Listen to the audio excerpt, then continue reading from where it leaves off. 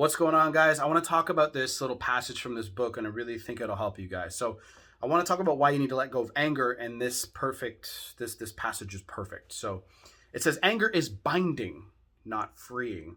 It connects us to another person and holds them in our life pattern.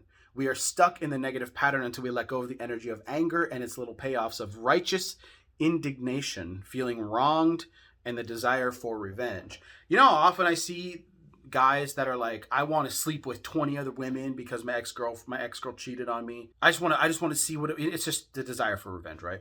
I see it all the time. Some of my coaching students even want to go do that because they're like, that girl hurt me, I want to hurt her. That's what they do, right? And I'm going to read more, obviously, but I used to be in this state for a very long time. Actually, a little tip or not tip, but like little FYI.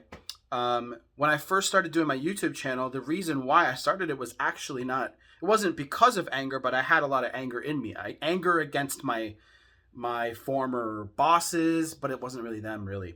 It was more the system that I needed to be an entrepreneur and I needed to get freedom. I needed that, but I didn't know how to get it, so I was angry. And that energy that I have or had to start the channel was what got me here.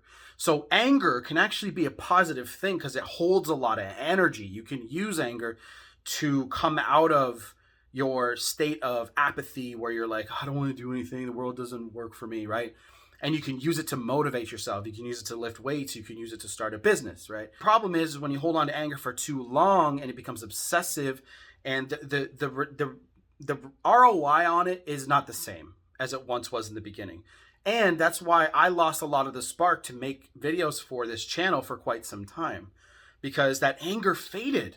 When I attained freedom, that anger and that energy faded. I think a lot of business people go through that because they realize that when they have everything they really wanted, right? That's why they say money doesn't buy happiness, because when you have all that stuff, you know, some people still hold that fire inside them until something happens and they have to figure out what it is, and it takes them a while to figure it out. But yeah, I see a lot of guys angry at their exes and angry at their significant others if you're still together. And reading this book might really open your eyes to changing how you think.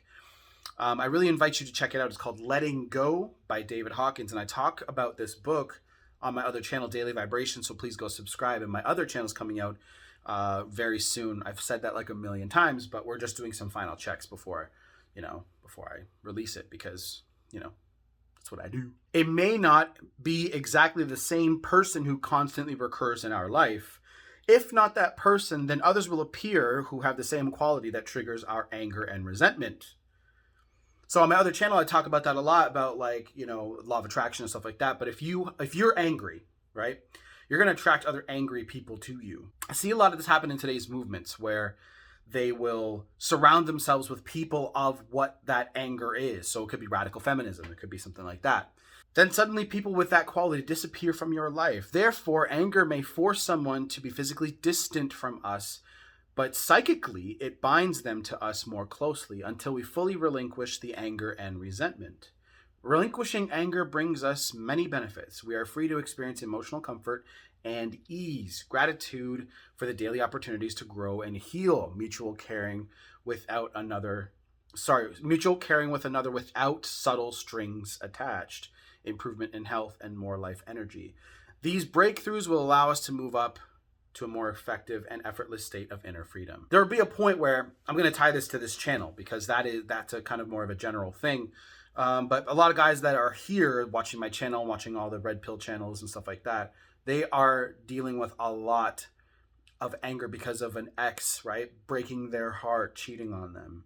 So there'll be a point where you're like, I'm still fucking angry and I want you to apologize to me, and I want you to hurt like I did. A lot of guys deal with that. And what I have to say to you guys is it's up to you to let it go. And I know you don't want to hear that. I know it doesn't feel good to hear that. I know it doesn't release your anger. But nothing can change what happened in the past, and you're going through what you're going through to learn a lesson.